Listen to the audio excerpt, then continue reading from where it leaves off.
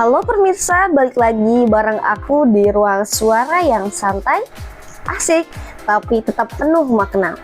Semoga kalian semua dalam kondisi terbaik dan siap mengikuti insight menarik hari ini. Nah teman-teman, di sesi kali ini bakal bahas sesuatu yang sering kita anggap sederhana, tapi ternyata punya banyak rahasia di baliknya. Ya, kita bakal ngobrol tentang syarat-syarat public speaking serta faktor pendukung dan penghambatnya. Oke teman-teman, kita mulai dari pemahaman dulu ya.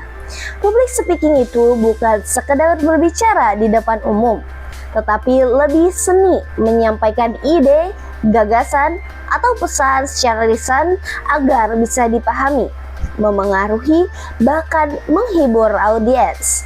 Jadi intinya teman-teman, bukan cuma ngomong, tapi menyampaikan sesuatu agar sampai kepada audiens. Nah pemirsa, supaya public speaking kita berhasil, ada beberapa syarat penting yang harus kita miliki.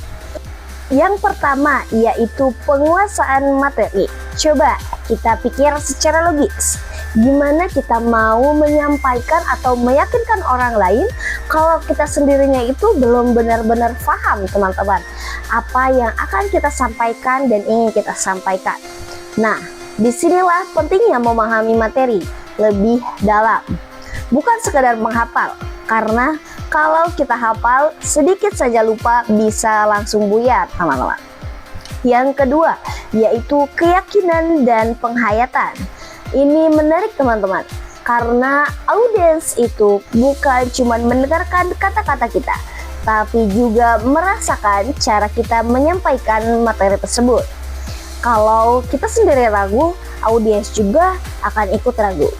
Yang ketiga yaitu adalah antusias dan semangat. Energi berbicara itu menular teman-teman. Kalau kita berbicara dengan semangat, audiens juga akan lebih tertarik. Tapi juga kita datar, audiens juga bisa kehilangan fokus. Dan yang terakhir, latihan atau praktik. Ini hanya sering diremehkan teman-teman. Banyak orang pengen langsung jago, tapi lupa bahwa skill itu dibangun dari jam terbang. Semakin sering latihan, semakin terbiasa dan sering percaya diri. Nah, selain itu ada juga aspek penting lain seperti kontak mata, gerakan tangan, dan penggunaan suara. Kontak mata itu penting untuk membangun koneksi dengan audiens. Gerakan tangan membantu menjelaskan pesan, dan suara mulai dari volume, intonasi, sampai kejelasan itu sangat menentukan apakah audiens paham atau tidak. Sekarang kita masuk ke bagian yang nggak kalah penting, yaitu adalah faktor pendukung public speaking. Yang pertama tentu saja persiapan yang matang. Nah teman-teman, semakin kita siap, semakin kecil kemungkinan kita gugup. Persiapan itu bukan cuma soal materi teman-teman, tapi juga bagaimana kita membuka pembicaraan, bagaimana alurnya, sampai bagaimana ia menutupnya. Yang kedua yaitu adalah latihan. Latihan itu bukan cuma formal teman-teman, tapi bisa juga sederhana, kayak ngomong di depan cermin, latihan bareng teman, atau bahkan rekam diri sendiri. Dan yang ketiga yaitu adalah penggunaan media atau alat bantu, misalnya slide PowerPoint atau alat visual lainnya. Ini bisa membantu audiens lebih memahami materi dan juga membuat penyampaian kita lebih menarik. Tapi nggak semuanya itu berjalan dengan mulus teman-teman. Selain faktor pendukung, ada juga faktor penghambat dalam public speaking. Yang paling umum adalah kurangnya rasa percaya diri. Nah teman-teman, banyak orang sebenarnya mampu, tapi mereka takut dinilai dan takut salah. Akhirnya malah jadi ragu dan tidak maksimal. Lalu ada juga gugup atau cemas. Itu wajar banget teman-teman. Tandanya bisa macam-macam gemeter, kayak kaku, dan bahkan tiba-tiba blank. Kemudian kurangnya persiapan.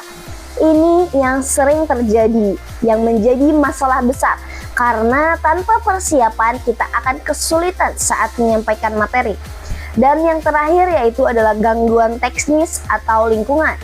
Misalnya mic yang bermasalah atau suasana yang tidak kondusif. Hal kecil seperti ini itu ternyata sangat mempengaruhi dalam performa kita dalam menyampaikan materi, teman-teman. Nah, untuk mengatasi yang tadi saya sebutkan, pemirsa, pertanyaannya sekarang gimana cara kita mengatasinya? Yang pertama yaitu latihan secara rutin. Yang kedua yaitu mengolah rasa gugup kita dengan mindset positif. Bahkan audiens itu bukan untuk menghakimi, tapi untuk mendengarkan. Yang ketiga, membuat poin-poin penting supaya kita nggak kehilangan arah saat berbicara. Dan yang terakhir yaitu mengatur pernapasan. Ini sederhana teman-teman, tapi sangat efektif. Dengan nafas yang teratur, kita juga jadi lebih tenang. Nah, mungkin cukup sekian segmen kita kali ini. Sampai berjumpa di segmen selanjutnya. Kurang lebihnya saya mohon maaf. Terima kasih, sampai jumpa.